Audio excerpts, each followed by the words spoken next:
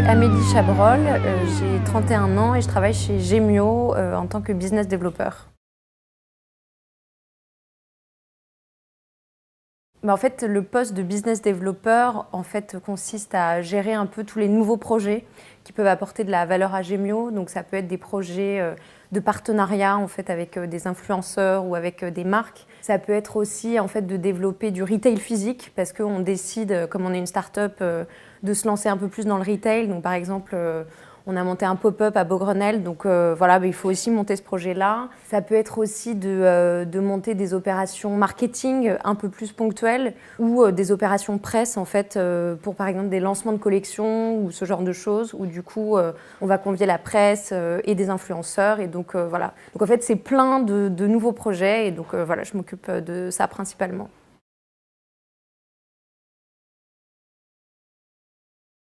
Nous, notre idée, c'est vraiment de démocratiser le luxe. On essaye vraiment, au contraire, de sortir un peu de l'image du luxe, un peu froid, un peu distant. Et nous, au contraire, on veut créer de la chaleur, de la complicité. Et voilà, donc du coup, on travaille dans le luxe, certes, mais un luxe vraiment que les gens peuvent s'approprier et ont envie de s'approprier. Donc voilà, c'est la petite nuance que je mettrais, c'est-à-dire que c'est pas le luxe froid comme on l'imagine. Donc voilà, nous, c'est notre vision du luxe. Je dirais que quand tu es business développeur, l'objectif c'est vraiment de développer plein de nouveaux projets. Donc à la fois il faut avoir les qualités du commercial, donc de la négociation, de la persévérance et aussi un peu de flair. Mais aussi il faut avoir un peu de créativité. Alors je dis pas que les commerciaux n'ont pas de créativité, mais je pense qu'il faut aussi avoir un petit peu plus de sens esthétique. Donc donc il faut apporter un peu des nouvelles idées et se renouveler, donc la créativité en plus, une très bonne organisation parce que tu gères parfois des projets sur 3 mois, donc du coup il faut être un peu organisé et faire des rétro-plannings. Et également, comme moi j'interagis pas mal aussi avec la presse et les influenceurs, il faut aussi avoir une bonne connaissance du secteur de la presse et aussi des clients. Donc voilà, c'est un peu les différences avec le commercial pur, je dirais. Il y a différentes phases d'alternance entre des projets très longs qui vraiment demandent un vrai investissement en temps. Par exemple, quand on a monté le projet de pop-up à Beaugrenelle, qui a duré à peu près 2 mois, ça nous a demandé vraiment beaucoup de temps d'organisation et moi en tant que business développeur, à la fois de négocier l'espace, mais aussi de débroussailler un peu tout le champ technique, juridique, aussi l'organisation concrète de comment on allait gérer ce projet.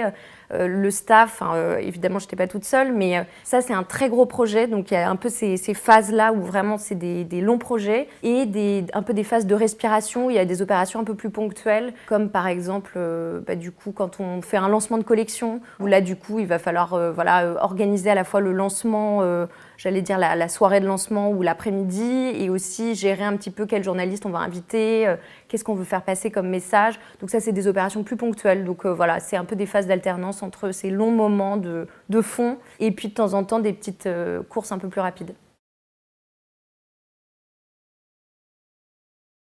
On a Skype et HipChat chez Gemio, donc on se contacte beaucoup par ce biais-là. Après, on est une vingtaine, donc on se parle quand même aussi beaucoup, heureusement.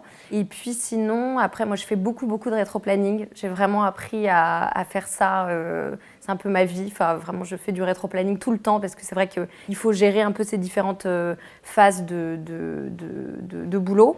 Donc du coup, je m'organise comme ça. Et après, on utilise pas mal aussi Google Analytics pour voir un petit peu comment les campagnes sont appréciées par les clients ou par les influenceurs. Par exemple, si on fait un partenariat avec une blogueuse, on essaye de voir ensuite est-ce que ça a marché, est-ce qu'il y a eu beaucoup de clics là-dessus, est-ce que les gens ont passé du temps après sur notre site, sur quelle page en particulier. Ça nous permet ensuite de développer de nouveaux axes de développement commercial, ou de renouveler des partenariats si on trouve que ça a super bien marché.